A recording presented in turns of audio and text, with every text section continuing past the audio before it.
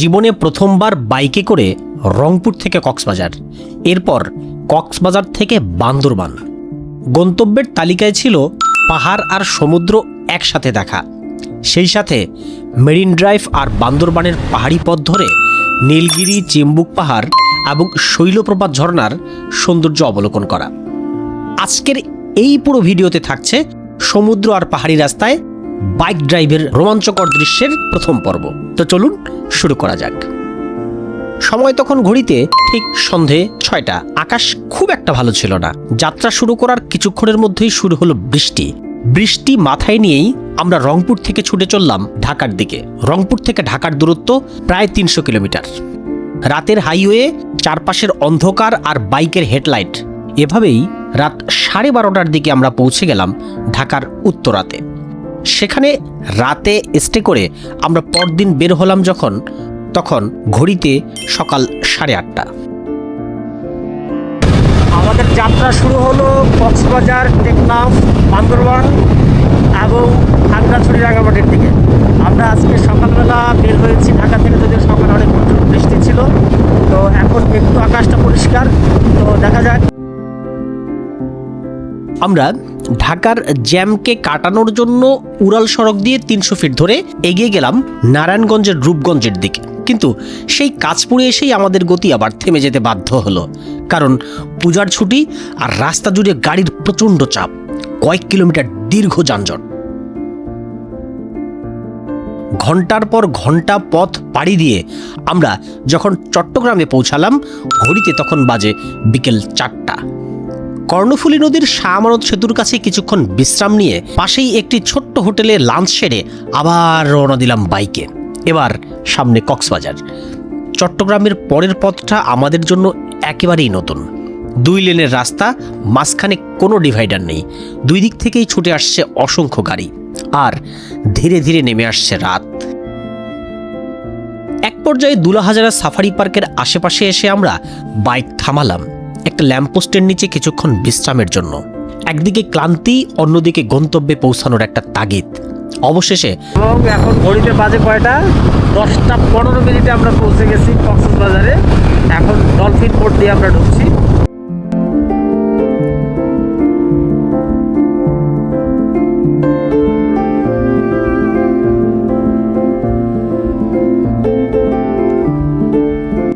পূজার ছুটি চলছে একেবারে কক্সবাজার। আপনার হচ্ছে পর্যটকের টইটুম্বুর একটা অবস্থা। আমরা জানি না যে হোটেল পাবো কি না। আমরা যেহেতু আগে থেকে হোটেল বুকিং করে নিই, তো দেখা যাক। আমরা চেষ্টা করছি যে একটু আসলে নর্মাল একটা হোটেলে ওঠার জন্য, এবং যে হোটেলে হচ্ছে আমাদের বাইক সহ আমরা রাখতে পারবো, অর্থাৎ বাইক সহ সেফটি পাবো সেই হোটেলেই। কক্সবাজারে পৌঁছে আমরা উঠলাম অতি সাধারণ মানের একটি হোটেলে, যেখানে বাইক রাখার সুব্যবস্থা ছিল। সারাদিনের জার্নিতে শরীর জুড়ে ক্লান্তি আর চোখে ঘুম, কিন্তু এত দূর এসে সমুদ্র না দেখে কি ঘুমিয়ে পড়া সম্ভব? রাত তখন প্রায় 2টা। আমরা এই সময়ের মধ্যেও চলে গেলাম সমুদ্র সৈকতে। আমরা একেবারে সমুদ্র সৈকতে চলে এসেছি। আমার পেছনে দেখতে পাচ্ছেন একেবারে সাদা সাদা ঢেউগুলো এসে আসতে পড়ছে। এই সময়টা একেবারে জোয়ার এবং ভাটা সমৃদ্ধ, এই জন্য হচ্ছে এই সময় প্রচুর ঢেউ। এবং আমি যদি একটু দেখাই আপনাদেরকে, এই সময় প্রচুর পর্যটক। এই প্রায় রাত 12:30 থেকে 1:45 বাজছে, এখনও কিন্তু প্রচুর পর্যটক। আপনি যদি এই সময়টায় যদি আসেন, আপনার মাইন্ড রিফ্রেশের জন্য এই সময়টা খুবই গুরুত্বপূর্ণ। কেননা এখনকার আবহাওয়াটা একেবারেই শীতল, পাশাপাশি হচ্ছে আপনার ঢেউটা, আপনি পেছন থেকে অন্ধকার কালো দেখা যাচ্ছে, আর সামনের দিক দিয়ে হচ্ছে সাদা সাদা ঢেউগুলো আসছে পড়ছে, এবং আপনি এই বালুকণা এবং ঢেউয়ের পাশ দিয়ে আপনি হাঁটছেন। আমার কাছে মনে হয় এর থেকে সুন্দর, সুখকর কোনো অনুভূতি আর হতে পারে না। সারা বছরের ক্লান্তি এবং অবসাদকে দূর করার জন্য এই একটা মোক্ষম সময় কিন্তু খুব বেশি জরুরি। আমার মনে হয় প্রত্যেকের জীবনে এইরকম একটা সময় বের করে চলে আসা উচিত। ঠিক এই কারণে যে আপনার সারা বছরের সারা সময়ের যে হচ্ছে ক্লান্তিটা, অবসাদটা, সেটা কিন্তু হচ্ছে ক্ষণিকের মধ্যেই কিন্তু এটা হচ্ছে আপনি মানে কাটিয়ে উঠতে পারবেন। এবং সমুদ্রের এই যে বিশালতা এবং এই যে অন্ধকার সময়ে সমুদ্রের যে হচ্ছে সৌন্দর্য, এটার সাথে কোনো কিছুর তুলনা হয় না বলে আমার মনে হয়।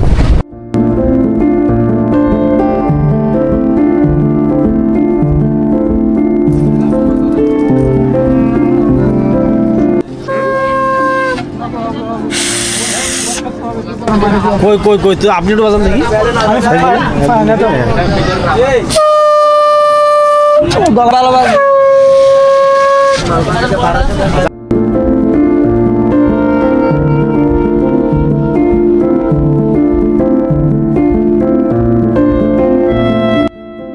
পরদিন সকাল, অর্থাৎ তৃতীয় দিন। সকালে উঠেই দেখছি ঝুম বৃষ্টি, কিন্তু কক্সবাজারে এসে বৃষ্টি দেখে তো আর ঘরে বসে থাকা যায় না। আমরা চলে গেলাম আবার সমুদ্র সৈকতে। বৃষ্টি আর সমুদ্র দুটো একসঙ্গে মিলে তৈরি করছিল অন্যরকম এক সকাল।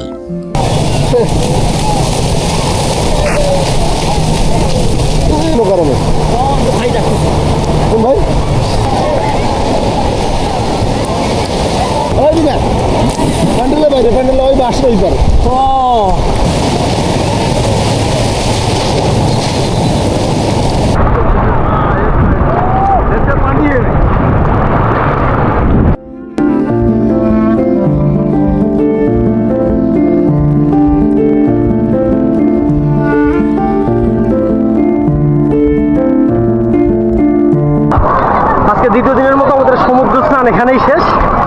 যেহেতু বৃষ্টি পড়ছে, আমরা লাবণী এবং সুগন্ধা পয়েন্ট থেকে হোটেলে চলে যাব। হোটেলে চেক আউট করে চলে যাব আমরা মূলত ইনানি, কটকা বিচ এবং আরও অন্যান্য। যদিও প্রকৃতি একটু বিরূপ, প্রচণ্ড বৃষ্টি হচ্ছে সকাল থেকে। সমুদ্রের পানি গরম, কিন্তু মাথার উপরে যে বৃষ্টি পড়ছে সেটা ঠান্ডা। এই গরম এবং ঠান্ডা মিলিয়ে শরীরের যে ব্যালেন্স, সেটা কিন্তু ইমব্যালেন্স হয়ে যাচ্ছে। জানি না কতটুকু শরীরের মেজারমেন্ট ঠিক থাকবে। তো এই পর্যন্ত আল্লাহ।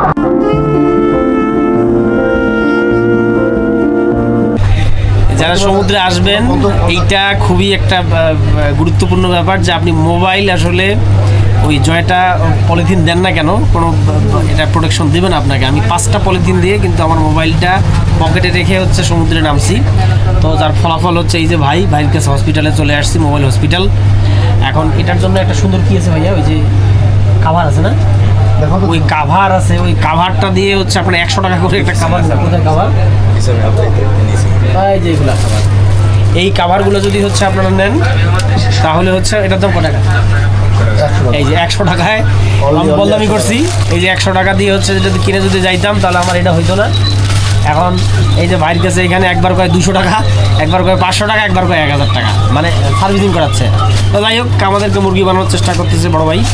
তো আমরা আবার হচ্ছে একটু চালাক মানুষ, তো লাইক ইমোশনালি ব্ল্যাকমেল করার চেষ্টা করছি। আমি এরকম বলি না ওনাকে, আমি জাস্ট কেটে মজা করলাম। কিছুক্ষণ পর ফিরে এসে বাইকে করে আমরা চলে গেলাম মেরিন ড্রাইভে। মেরিন ড্রাইভে ঢুকতেই বদলে গেল পুরো দৃশ্য। এখানে প্রবেশের পর আমাদের সামনে খুলে গেল সম্পূর্ণ ভিন্ন এক পৃথিবী। এক পাশে পাহাড়, অন্য পাশে সমুদ্র, আর মাঝখান দিয়ে চলে গেছে দীর্ঘ সড়ক।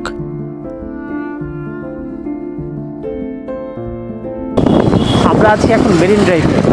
মেরিন ড্রাইভটা কক্সবাজারের একটা হচ্ছে অন্যতম একটা আকর্ষণীয় জায়গা। এটা এই কারণে আকর্ষণীয় যে বাম পাশে রয়েছে পাহাড় এবং হচ্ছে আপনার ডান পাশে পাবেন হচ্ছে সমুদ্র। অর্থাৎ পাহাড় এবং সমুদ্র দেখতে দেখতেই আপনি কিন্তু হচ্ছে যেতে পারবেন। এই যে বাম পাশে যে পাহাড়গুলো দেখা যাচ্ছে, এই পাহাড়গুলো কিন্তু কেটে কেটেই মেরিন ড্রাইভ তৈরি করা হয়েছে।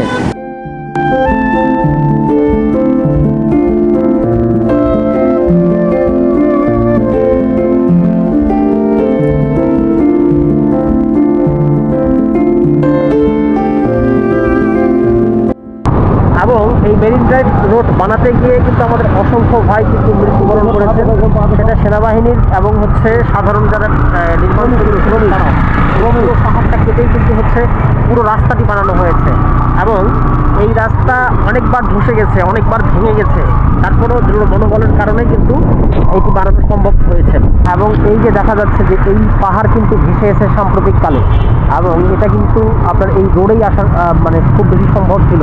আপনি উপরে যে পাহাড়টা তৈরি হয়েছে পুরোটাই কিন্তু যে কোনো মুহূর্তে ভেঙেও পড়তে পারে। মোটরসাইকেলে এমন রাস্তা দিয়ে চলার অনুভূতি আসলে ভাষায় প্রকাশ করা কঠিন।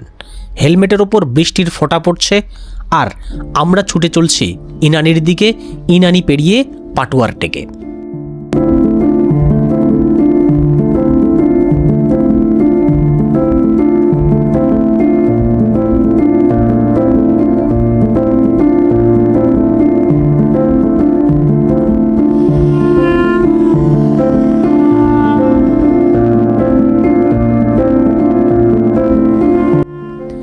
পাটুয়ার থেকে কিছুক্ষণ সময় কাটিয়ে আমরা সমুদ্রের পাশেই দুপুরের খাবার খেয়ে নিলাম। তবে একটা বিষয় চোখে পড়লো, এটা হচ্ছে পাটুয়ার টেক, যেটাতে আমরা 2022 সালে এসে অনেকগুলো কোরাল পেয়েছি। প্রায় 1000 বর্গ কিলোমিটার এলাকা জুড়ে এই জায়গাটা কোরাল ছিল। তো এখন প্রাকৃতিক যে বিপর্যয় আপনি এখানে আসলে বুঝতে পারবেন, যে জায়গাটা সেন্ট মার্টিনের একটা ভাইব ছিল সেটা কিন্তু এখন নাই। দুই একটা কোরাল আছে যেটা একেবারে নাই বললেই চলে।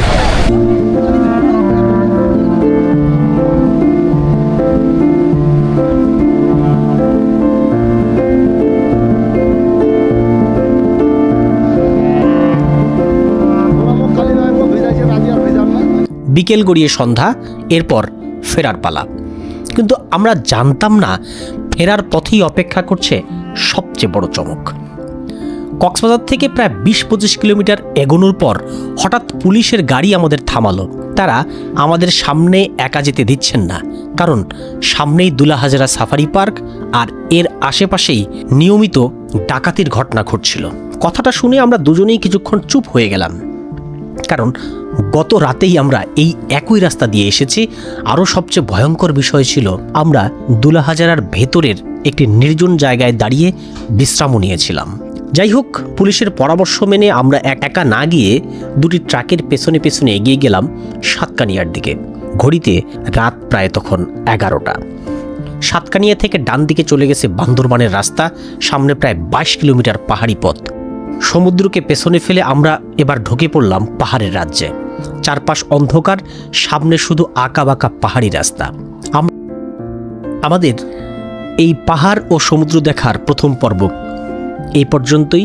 আমরা আগামী পর্বে দেখব বান্দরবানের পাহাড়ি রাস্তা বেয়ে নীলগিরি, নীলাচল, চিম্বুক পাহাড় ও শৈলপ্রপাত ঝর্ণা অবলোকন করার দৃশ্য।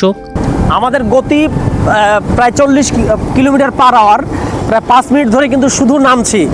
তার মানে ওঠার সময়ও ঠিক একই ইয়ার লেগেছে এবং এই খাড়া পাহাড় বেয়ে আমাদের কিন্তু হচ্ছে নামতে হচ্ছে।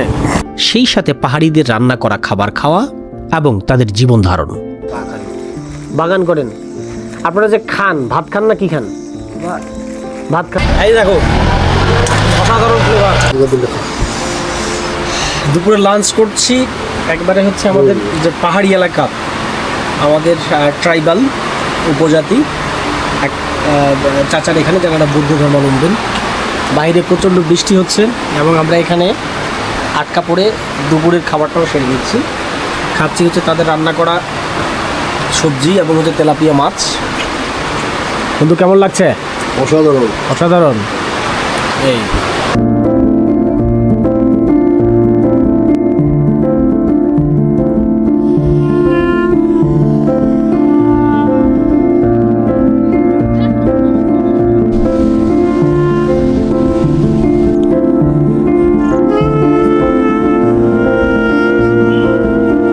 ব্যাংকার্স আই, ব্যাংকিংয়ের সঠিক তথ্য, ভ্রমণের নতুন দিগন্ত।